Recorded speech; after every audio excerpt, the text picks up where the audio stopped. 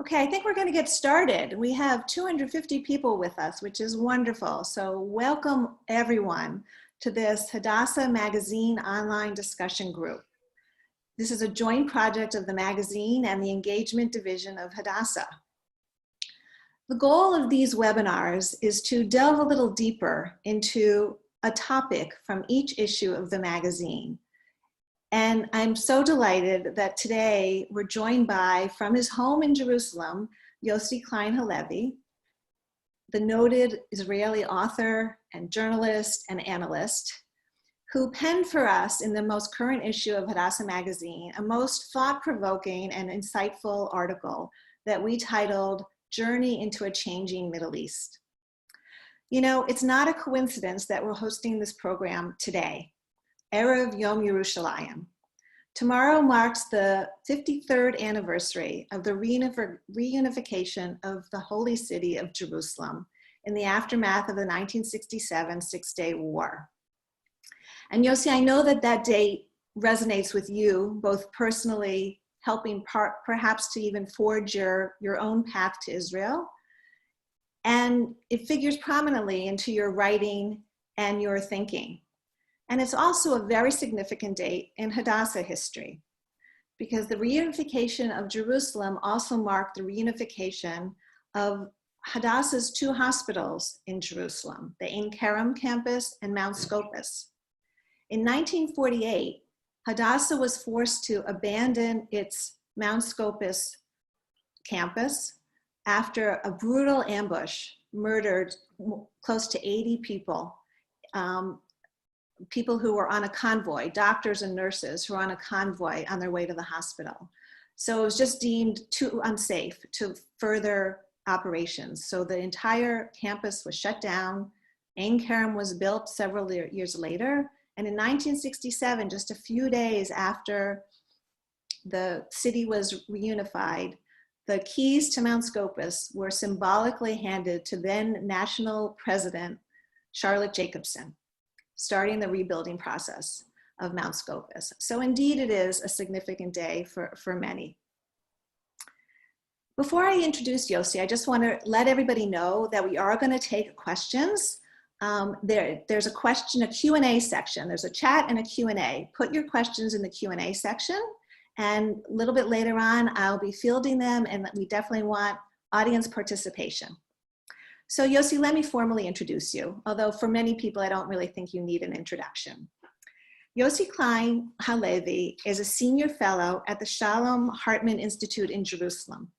He co-directs the Institute's Muslim Leadership Initiative, which teaches emerging young Muslim American leaders about Judaism, Jewish identity, and Israel. His 2013 book, Like Dreamers, won the Jewish Book Council's Everett Book of the Year Award. His latest book, Letters to My Palestinian Neighbor, is a New York Times bestseller. He is frequently quoted in about Israeli, Middle Eastern, and Jewish affairs in leading media around the world, and writes frequently for such publications as the New York Times, the Wall Street Journal, and the Los Angeles Times.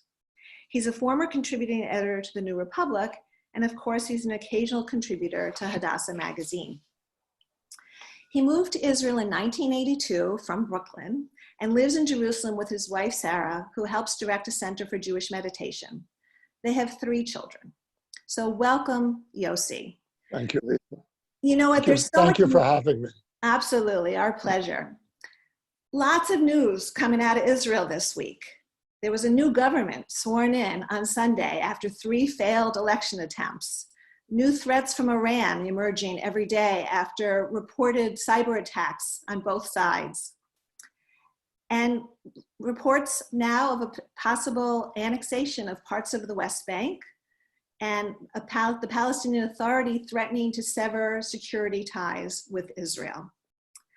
We'll get to those. But first, Yossi, I really want to ask you, Israel is such a different place than we are right now in terms of the pandemic.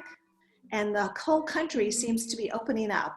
What is the atmosphere? What are you experiencing personally, and what are you feeling there? What's the atmosphere? What does the new normal look like? Or is it just the same old, same old?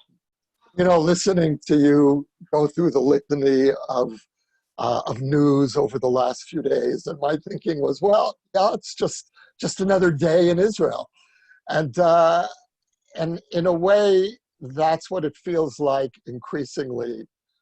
It is really, we're almost back to normal. People aren't wearing masks anymore for the most part. Restaurants are opening next week. My son, who teaches high school, went back today to teach. There's really a sense of we've gotten through this, we figured it out, we mastered it, and let's get back to the old abnormal normal Israel. Mm. And in a way, I think one of the reasons why we were able to get through this as successfully as we have is because we're a country that's used to dealing with crises. We're a country that's used to living under siege. It wasn't difficult to shut down Israel. We did it very, very early on because we take threats seriously. And people, Israelis tend to think of themselves as an anarchic people. But when we're facing existential threat, there is a great deal of discipline here. People really respond if they feel that the threat is real, and if they feel that the leadership is conveying the response in a coherent way. And so we were fortunate in that sense, and at least for the time being, with this first wave, we're in very good shape. Mm. Well, I have to say, I'm sure many of us are feeling envious because clearly the situation there is drastically different than what we're experiencing here. And so, but it is interesting to hear you say that it's kind of back to the old normal, the breaking news everyday situation. But I never thought that I would be more worried about America than I'm about Israel.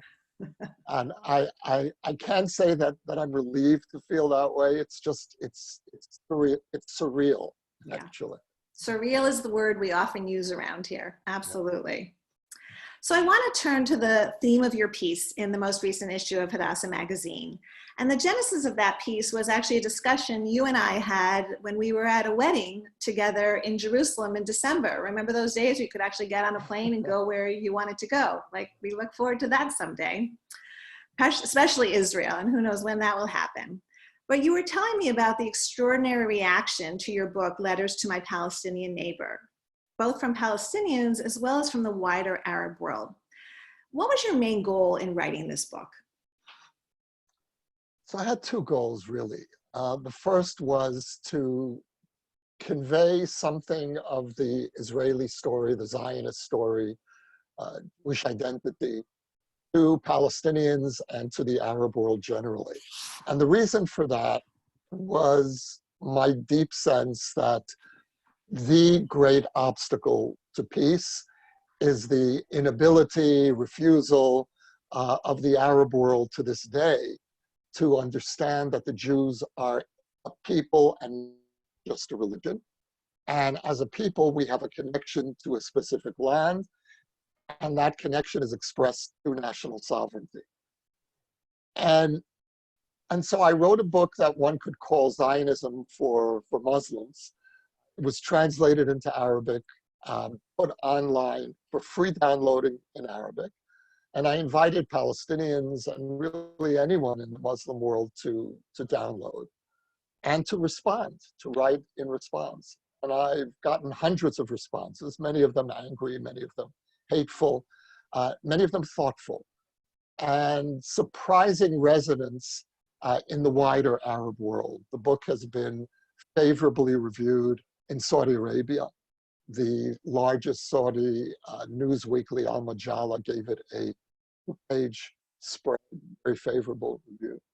It's been favorably reviewed in Morocco and Egypt. And so what I've learned is that something really is changing in parts of the Middle East, while at the same time other parts of the Middle East are getting more and more menacing. And I'm thinking of Iran and the Iranian axis, Hezbollah, Hamas, Syria.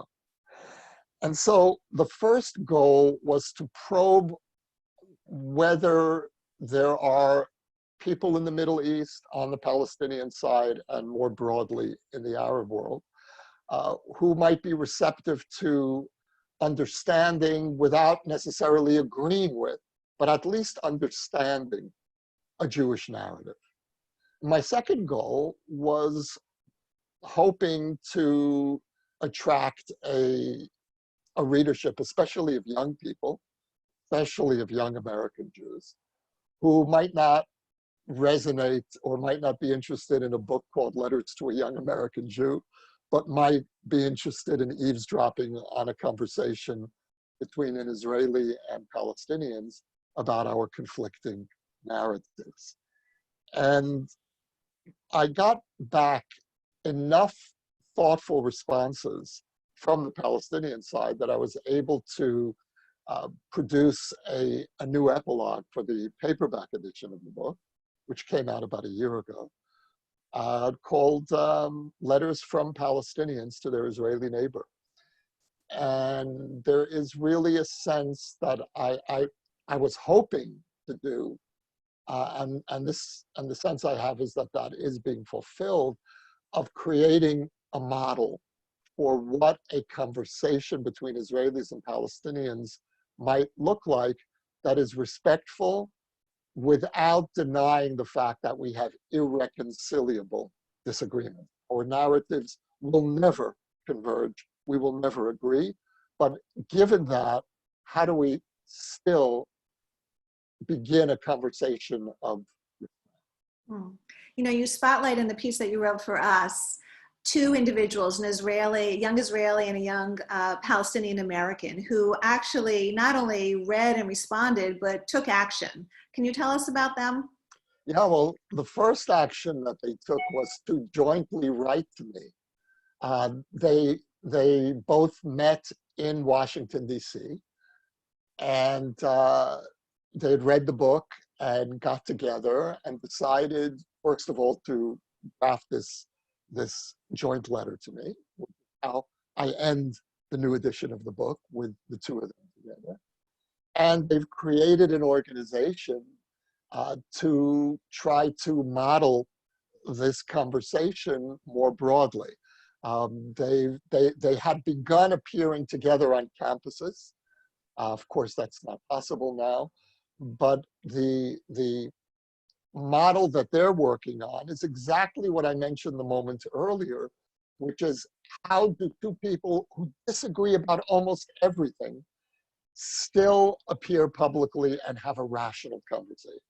Now, this is very exciting to me because this is what peace, a realistic peace, can sound like. A realistic peace is not pretending that we can paper over the profound differences that we have over what happened and why in 1948 or 1967, apropos of night. Which side is responsible for the collapse of the Oslo process?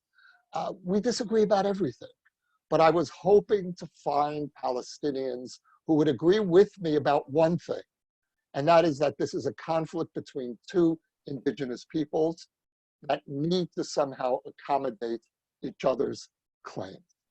And what these two young people, Rowan and Bar, have done is model precisely that conversation. They are in deep disagreement with each other, but they do agree that the foundation of solving this conflict is the recognition that both peoples are here to stay. Well, let's continue that piece of the conversation because you talk about the struggle, the different narratives, the fact that we're in fact never going to agree on, you know, what happened or why or who's responsible. And this issue has been very personal for you. So I want to actually focus on that a little bit because you've talked about how that Jewish historic moment, 1967 in particular, became a defining moment for you and your Zionist path to making Aliyah. So tell us about that a little bit. Well, in June 1967, I was 14, living in Brooklyn. And as soon as the war ended, my father said to me, "That's it, we're going to Israel." My father was a survivor. Holocaust survivor. And he had two brothers who had survived the war and were living in Israel, whom he had not seen since then. And in those days, travel to Israel, or for that matter, air travel just about anywhere, was very rare. And it was so rare that when we flew to Israel, all of my friends came to the airport to see me off. And they were all back at the airport when I landed 2 months later. And the summer of '67 changed my life, as it changed the life of the Jewish people in so many ways. And I fell in love with Israel that summer. It was not hard to fall in love with Israel in the summer of '67. It was the most beautiful face of Israel. We really functioned that summer as one extraordinary family. Everyone in Israel that summer felt that in some way they had had a share in the victory. Even the ultra-Orthodox had violated Shabbat to fill sandbags to protect Jerusalem. And so there was this tremendous sense of ownership of the victory. And not only did everyone feel pride in being Israeli, but everyone, in a sense, forgave each other's ideological failures. It was the moment when Jews really were able to overcome our deep, deep divisions and accept each other. And I came away, what I told my father just before he left. I stayed on for the rest of the summer. He flew back earlier, and I said to him before he left, "Listen, I'm not coming back. I'm staying. I'm going to go to high school here. Don't worry, it'll be okay." Which seemed to be a perfectly reasonable plan. Sure, for a 14-year-old, why not? Right? Why not? It was the summer of infinite possibilities. And it was the happy ever after ending of Jewish history. And why would I possibly want to go back to Brooklyn when I was in reunited Jerusalem? And he, of course, vetoed the plan. And so I immediately adopted Plan B, which was, as soon as I finished school, I'm coming back here. Now, it didn't quite work out that way. It took me longer than I had expected to return. I was almost 30 when I came back. And I came back, I made Aliyah in the summer of 1982. That was the beginning of the First Lebanon War. And it was the antithesis in every way of the summer of '67. Summer of '82 was the summer of our discontent.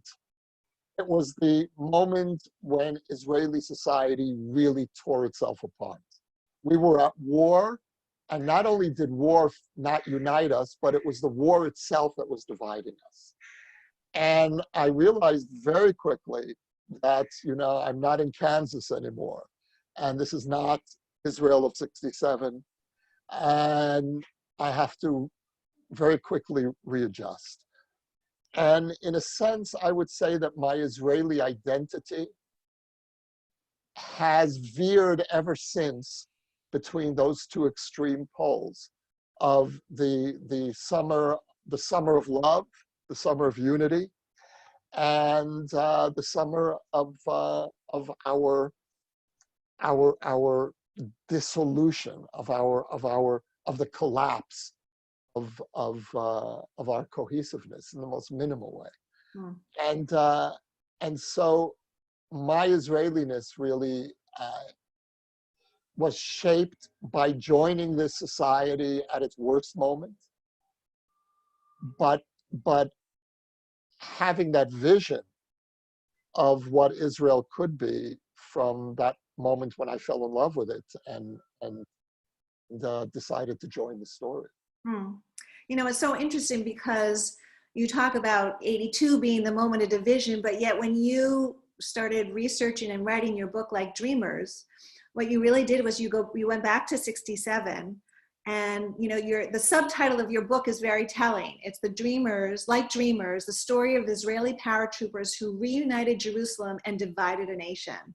And what you do is you take the personal stories of 7 of the paratroopers who were involved in the battle for Jerusalem and follow them and their very divergent paths. Some went on to become leaders of the settler movement, and some went on to become, peace activists. And so that really does seem to have been at least the beginnings of those divisions that you're alluding to now.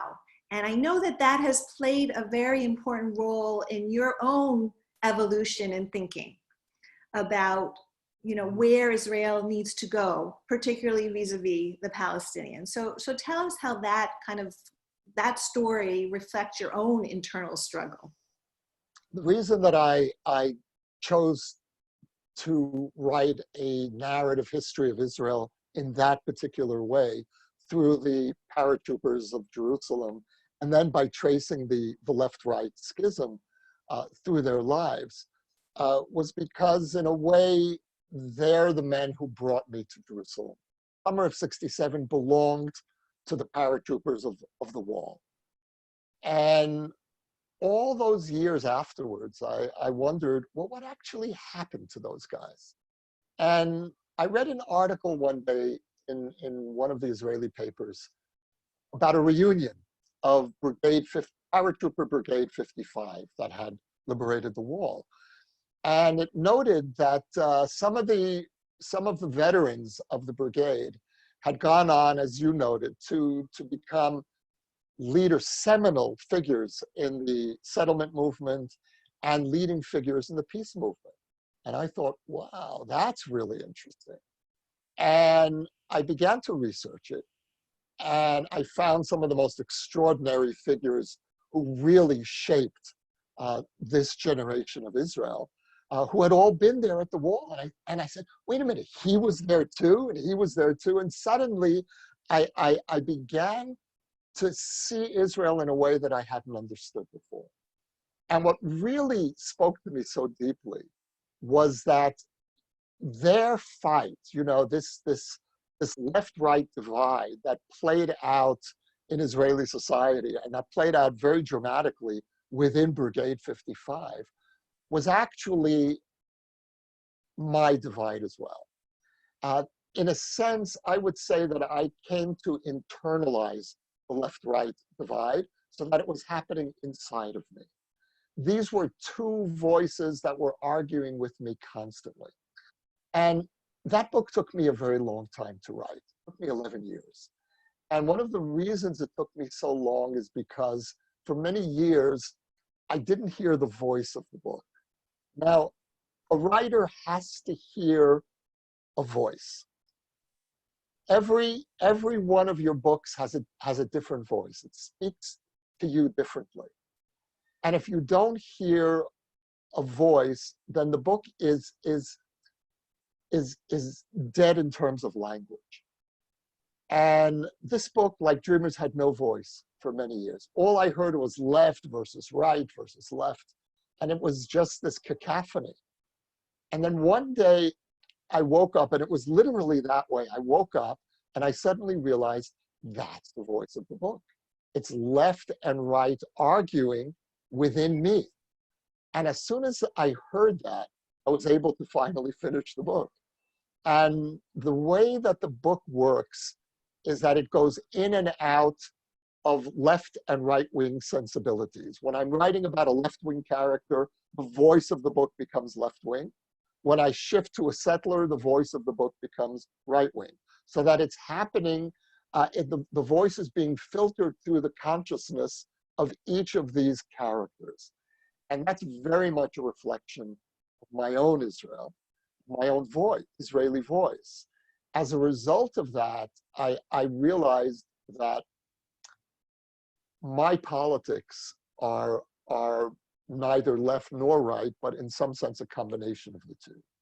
Yes, I agree with the left that that we cannot maintain a Jewish and democratic Israel by forcibly absorbing Palestinians into our society.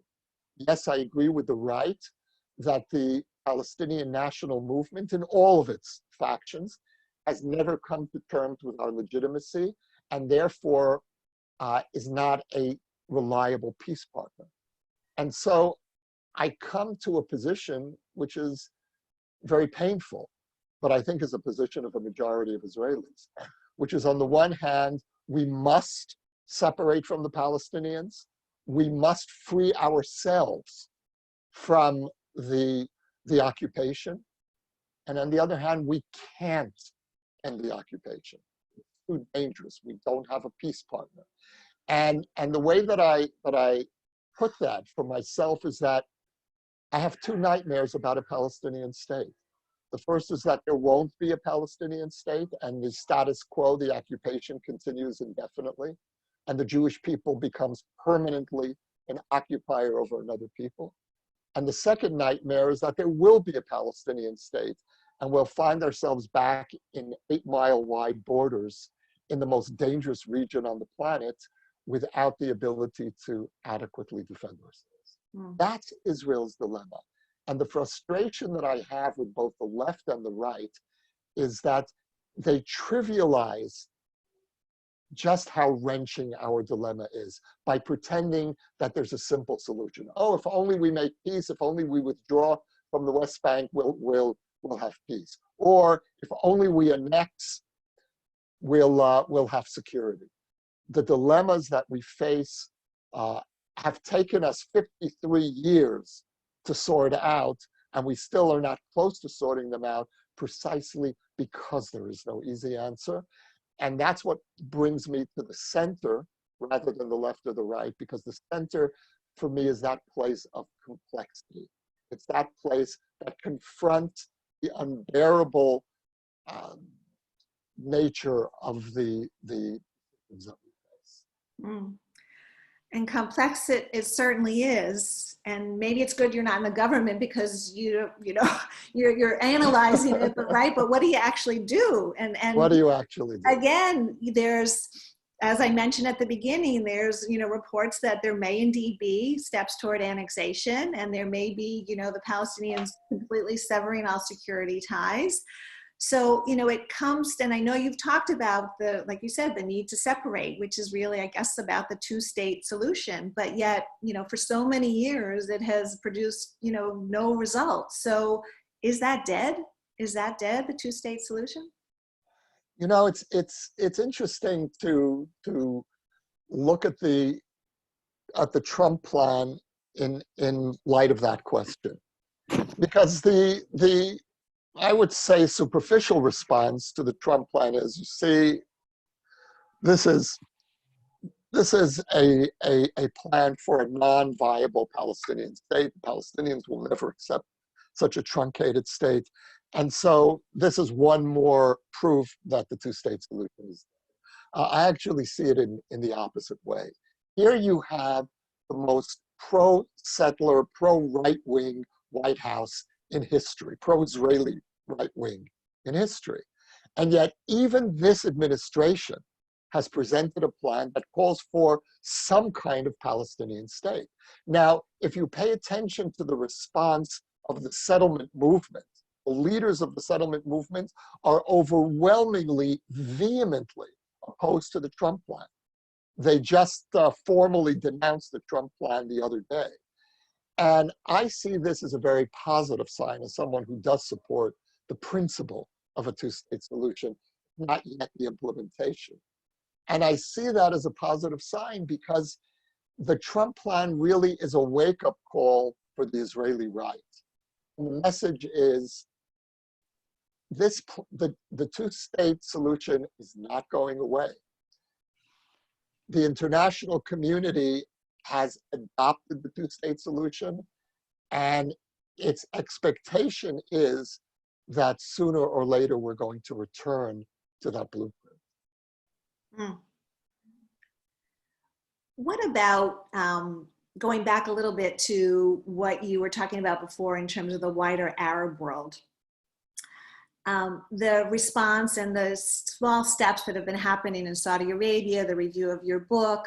Ron Lauder, the president of the World Jewish Congress, recently wrote an op-ed that was published in a Saudi publication that made reference to this television show that is being broadcast during Ramadan, which talks about a Jewish woman in the 40s in Bahrain who, you know, at a time when Jewish-Muslim relations in many Muslim nations were warm and tolerant to a large extent.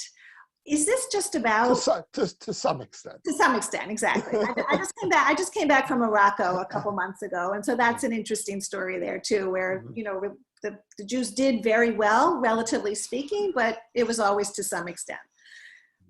But the question is this slight warming in the Gulf world? We also had a report this week of the United Arab Emirates just landing a commercial plane for the first time in Israel with the cooperation of the Israeli government to bring supplies to the Palestinians in the wake of the COVID-19 crisis. So all these small steps, is this just about the threat from Iran, or is there something more happening?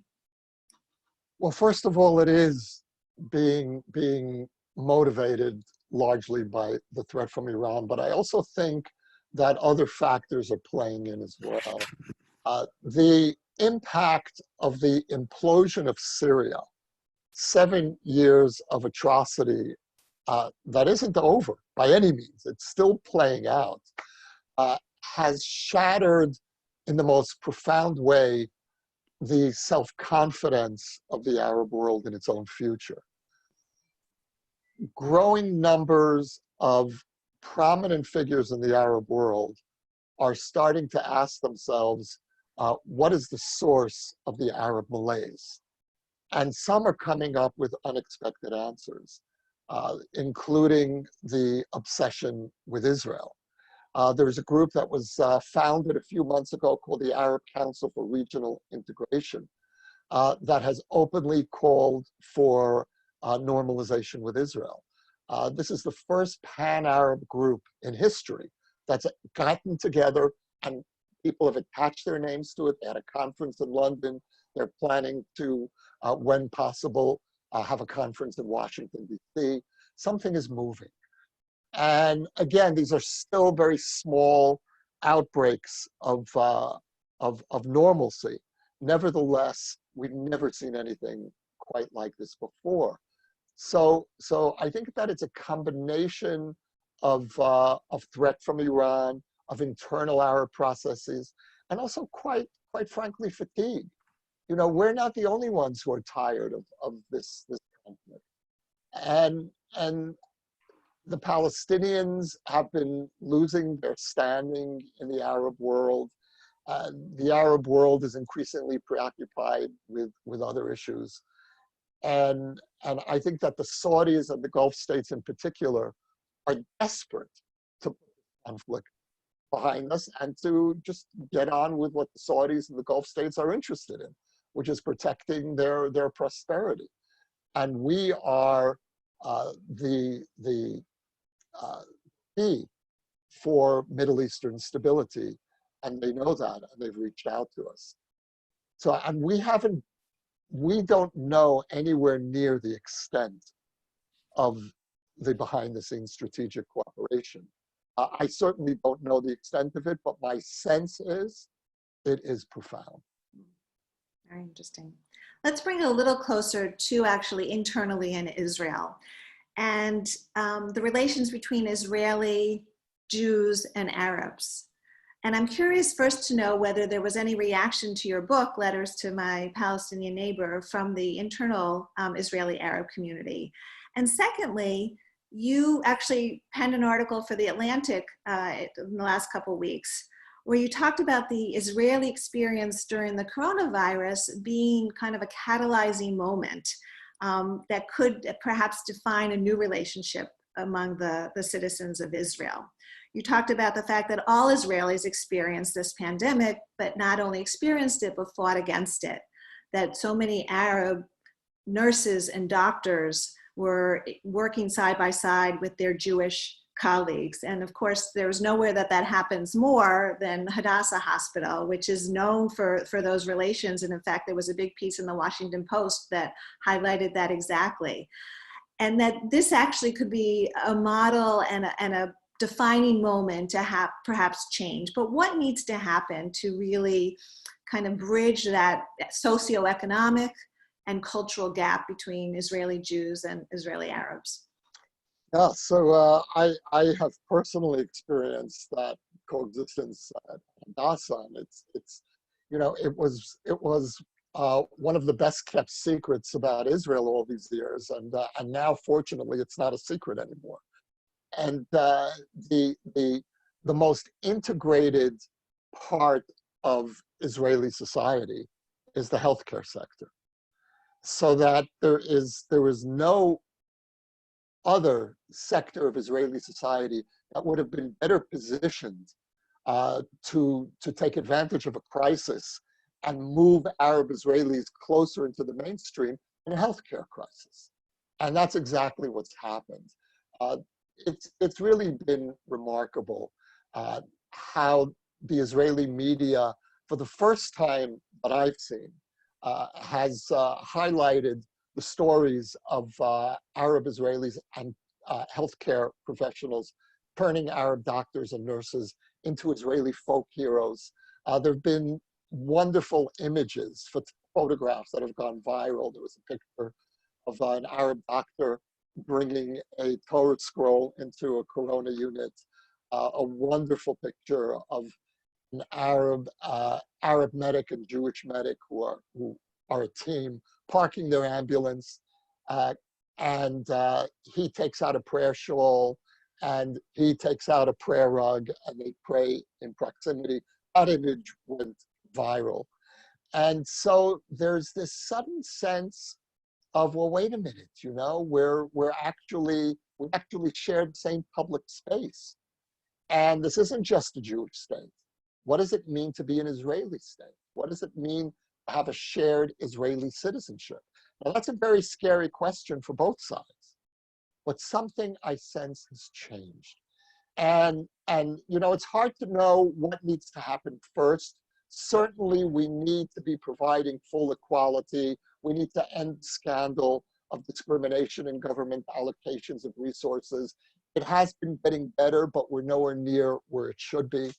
But at the same time, we have very profound identity issues. How do we really create a shared Israeli identity when we're still technically at war with so much of the Arab world? And that issue really came up just recently when Benny Gantz, the head of the centrist Blue and White Party, tried to create a narrow center-left government that would have been supported on the outside by the Arab United List, which is a very problematic political construct for most of us, most Israeli Jews. It's a party that does not accept Israel as a Jewish state in any form. And so how do you create a coalition with a party like that? And so we really have profound disagreements. But what we saw in these last weeks was a tantalizing glimpse into what a shared sense of citizenship between Arabs and Jews look like. I live in a building in Jerusalem, in French Hill, 5 minutes away from Hadassah and Scopus, literally 5 minutes away. And my building is half Israeli Jewish, half Israeli Arab. And I've definitely felt a change since Corona in the relationships. The relationships here have always been reasonable. We've always been neighborly, but there's a little bit more intimacy, and it's subtle. It's not anything that you can really put into words, but there is a feeling of closeness, and it's played out we see it in the polls. There was this fantastic poll by the Israel Democracy Institute in which 77% of Arab Israelis say that they see their personal futures bound intimately with the future of the state, and only 11% identify themselves as Palestinian. 11%. That's transformative. Mm-hmm. Okay, I'm going to go to a couple of questions. We've gotten a lot, and I have more, but I want to come to a couple here. Somebody asks, much of the media I see here continues to paint the Palestinians as victims during this pandemic. Can you address this? Could you repeat it? I'm sorry. Yeah, much of the media I see continues to paint the Palestinians as victims. Can you, during the pandemic, can you address this? I'm not sure if you've seen this or not. Yeah, yeah. It doesn't bear any resemblance to reality. I mean, of course, the nightmare here is, God forbid, a pandemic in Gaza. And what would that be like? So far, the numbers both in Gaza and the West Bank have been very low, and there really is not a sense here of an extra layer of victimization. Mhm. I think there's a tendency to grasp at a worn theme. And somebody else asked, related to what you were just talking about, in terms of the context of, you know, Jewish, Christian, Arab, Muslim cooperation, particularly in the health care system, and the kind of work that you're doing. How can that work actually translate into the actuality of what's happening on the ground? How can we translate that to the negotiating table? Well, it's a really good question, and I don't have a concrete answer. I can only give you just a kind of an intuitive sense, and that is that one of the failures of the negotiating process in the past, there are many reasons for that. For me, the primary reason was and remains the rejection of Israel's legitimacy. But there are other reasons as well. And one of the reasons is that we entrusted the process into the hands of diplomats. Now, diplomats obviously are the ones who have to negotiate the deal, but they cannot be the only ones at the table, because ultimately this is not a conflict about tangible issues, about a line on the map. It's not ultimately about settlements and holy places and refugees and Jerusalem. Those are consequences of the conflict. They're not the root cause. The root cause of this conflict are intangibles: the right to exist, memory, trauma, identity, national belonging, peoplehood, the denial of the other side's legitimacy to consider itself a people. This is what the conflict is about. And so what we will need at the table, if we ever resume negotiations, will be psychologists, historians, theologians, imams, rabbis, poets. We need a new language for peacemaking. And what I've tried to do in this book is create a language that I, as a religious Jew and as a centrist Israeli, not a left-wing secular Tel Avivi, but a religious centrist Jerusalemite, can feel comfortable. A language for peace that I can own. A language for peace that doesn't negate my right to the land of Israel, but that acknowledges that there's another people here and I'm going to need to make concessions. But that's not a left-wing language. And so what I'm offering in this book is simply a language. I'm not a politician. I'm a writer, and a writer's job is to create language. And I hope this will be useful in some way. And who knows? You know, as we say in the Middle East, God is great. You know, who knows where one's language can end up. Right. You know, you mentioned the government of Israel numerous times, and I'm wondering if in, you know, Berega Echad, on one foot, really briefly, for those of us who may not have been paying attention as much as we ordinarily do, given the extraordinary situation that we're in, this new government was sworn in on Sunday, the largest government, apparently the largest number of cabinet ministers in the history of Israel. And we, as I mentioned, after 3 elections, this is a unity government that brought together the head of the Blue and White Party with Prime Minister Benjamin Netanyahu's coalition. Can you tell us how we got to this government and whether you think it will last? Yeah, One foot. very, I don't know. It's such a crazy and convoluted story. But let's say simply that the convergence of a pandemic with the threat of having a 4th election in a little over a year, which could have thrown the system into total chaos, was really one or two crises too many. And so common sense prevailed, and we now have a right-wing centrist government. This is the most unloved government in Israel's history. Everyone hates this government, everyone, whether you're right-wing, centrist, or there aren't too many left-wingers left in Israel, but left-wingers. It is a government that is bloated, that was no one's dream. No one. What I voted for the center 3 times. I would have voted for the center a 4th and a 5th time if necessary. I did not want this government, and yet I'm grateful for the fact that this government has extricated us from the crisis we were in, and we are now back to a measure of stability. Mm-hmm. Let's talk a little bit about American Jewish-Israeli relations. There's been angst for many years about the growing divide between the communities, particularly among the younger generation. And you spend a fair amount of time, I don't know how recently, on American campuses. How would you characterize that relationship? And what do you think needs to be done? What's the Israeli responsibility, and what's the American responsibility? So I think, first of all, on our side, the responsibility is to live up to the promise of Zionism, to be the state representing the whole of the Jewish people. And that means that we don't exclude from our official identity any significant parts of the Jewish people.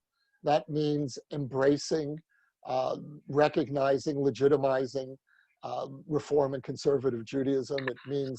It means accepting religious pluralism as a fact of life, and that, to my mind, is an expression of Zionism. Zionism is the ideology of Jewish peoplehood. Zionism created a state that promised to reflect the diversity, the wholeness of the Jewish people. And so to hand the keys of Judaism over, not just to one segment of Judaism, but to that part of Judaism, I'm speaking specifically of the ultra-Orthodox now, who these days control the chief rabbinate, and are the least committed to the totality of the Jewish people, the Jewish peoplehood of any group within the Jewish people. That, to me, is an anti-Zionist act. And so Israel needs, first of all, to stop insulting the diaspora, or large parts of the diaspora. And American Jews, I know I'm speaking to the wrong audience here, because you really are the core of the relationship, but American Jews need to understand that there is no Jewish people anymore without the state of Israel. And what I expect from Jews in terms of relationship to Israel is, first of all, very simple: gratitude. Gratitude for the role that the state of Israel played in salvaging the Jewish people, in bringing us from the lowest point in our history, which was 1945, to what I regard as the peak moment in 4,000 years of Jewish history. I know that's a big statement, but I believe that that's the moment we're living in now. And I think that Israelis and American Jews need to internalize that this is an extraordinary moment of opportunity, where we have the most successful expression of Jewish sovereignty in our history. This is the most powerful Jewish state that has ever existed. And at the same time, emerging simultaneously with the state of Israel, the most successful and powerful diaspora in our history. A Jewish community that is fully embraced by the most powerful society in the world. What an extraordinary moment. And we tend to focus, and I understand why, we're a very nervous people. We tend to focus on the difficulties and the alienation and the challenges, but every so often, I think we just need to step back and say, what an extraordinary moment to be alive as a Jew. And from that place, then deal with the deep problems. And I don't minimize the problems between the two most significant Jewish centers today. We in many ways are mirror images of each other. We live in the most dangerous region on the planet. American Jews live in the most accepting environment that Jews have ever known. We are a thoroughly militarized society. We depend on our survival on the military. The military experience is essential to our national culture. American Jews, especially in this generation, are completely demilitarized. And on and on. We are opposites. Our most potent Jewish expression is tribal. American Jews tend to express their Jewishness in Tikkun Olam in a more universal way, and so on and on. We're opposites of each other, but rather than seeing that as only it is a problem, but rather than seeing it as only a problem, let's also see that as an opportunity for each Jewish community to fill some of what the other community is missing. Because I really feel we need each other's Jewish sensibilities to become a whole people. I think if we keep hearing from you and people like you and having these conversations, I think it'll at least hopefully take some steps toward contributing to that. Lastly, Yossi, the coronavirus has taken a toll that we have no idea, what the lasting impact will be on our societies, our communities, the global economy, the global interdependence, healthcare. It's just so much unknown. Are we all just going to go back to normal as it seems to be happening in Israel? Or are there going to be some fundamental changes in society as a result of this? But at this juncture, I know you like to think in epic terms about things. And so I want you to talk to us a little bit about what you think the takeaways from this moment are, and how do they play into Jewish history and human history? Great questions. Well, I think first of all, we are experiencing a very schizophrenic moment. Because on the one hand, this is a confirmation of the necessity of borders and national identity. It is a very atomizing experience. The first response of many countries was to shut their borders. Even in supposedly post-border Europe, the borders immediately when the walls went up again, even from one European country to the other. And so in one sense, this moment confirms the enduring necessity for the specificity of home and homeland and national identity. But on the other hand, this is the most universal human experience that I think humanity has ever had. And the reason I say that is people everywhere on the planet go through the same emotions simultaneously. And we're all aware of it because of media.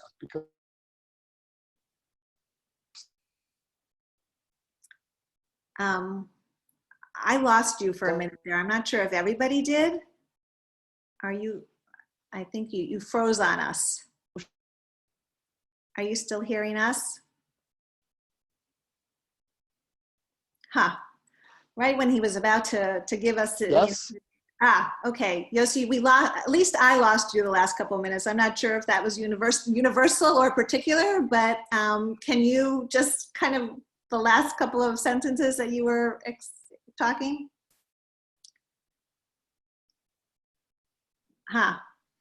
All right, I think we're having a technical difficulty. I'm really sorry about that, but I am not sorry that it happened 3 minutes before we were supposed to end anyway. So Yossi, you know what? I'm gonna continue the conversation with you, and maybe we'll find a way to get it out to all of our people who've been listening to this. So I hope you can hear me as I really just express tremendous gratitude to you for your insights, your thoughtfulness, your reasonableness on so many levels, and sharing that with us today. Erev Yom Yerushalayim was really a treat and something special, and I thank all of you, hundreds of viewers who joined on this webinar. Thanks so much, Lisa. Okay. We have people from Israel and everywhere else around. And okay, you're back. You know what? Unmute yourself. Can we hear you? Yeah, I'm not muted. Okay, so now you're back. Well, I was just in the middle of thanking you, Yossi, because we really are out of time. If we can hear you, if you want to just finish the thoughts that you were expressing, let's try one more time. Okay, that on the one hand, this moment has really confirmed the necessity of borders, and on the other hand, we've had this transnational planetary shared experience where we're all going through the same dread, the same fear of death, the same emotions, and we're all aware of what's happening in different parts of the planet. So we are simultaneously more atomized and more interconnected. What we will do with that is really an interesting question. My sense is that we are going to see a resurgence of nationalism on the one hand, and on the other hand, more and more people are going to start asking themselves questions that are more universal in nature, and not only thinking in narrow categories. And the challenge for the Jewish people, as a people that embodies both the particular and the universal in a very powerful way, the tribal and the sense of responsibility to humanity, is, can we navigate that? Can we model that relationship in some way? And here I think diaspora and Israel, homeland and global Jewish people, really is a very interesting model for this moment. Thank you so much, Yossi, for your insight, your wisdom. Thank you all who participated on this webinar. I'm sorry I couldn't get to everybody's questions. I wanted to let you know also that we will be sending out a survey. We hope that you take a few minutes to complete it just to give us feedback for future discussions. And also in that survey will be some information about a new initiative that we're launching, the magazine and the engagement division, which is a book initiative, One Book, One Hadassah. On June 10th, I'll be speaking with Jennifer Weiner, the popular writer and op-ed columnist for the New York Times, so that'll be exciting as well. And stay tuned for more details about our next Hadassah magazine discussion. So thank you once again, Yossi. It was really a treat and a privilege to converse with you in this way.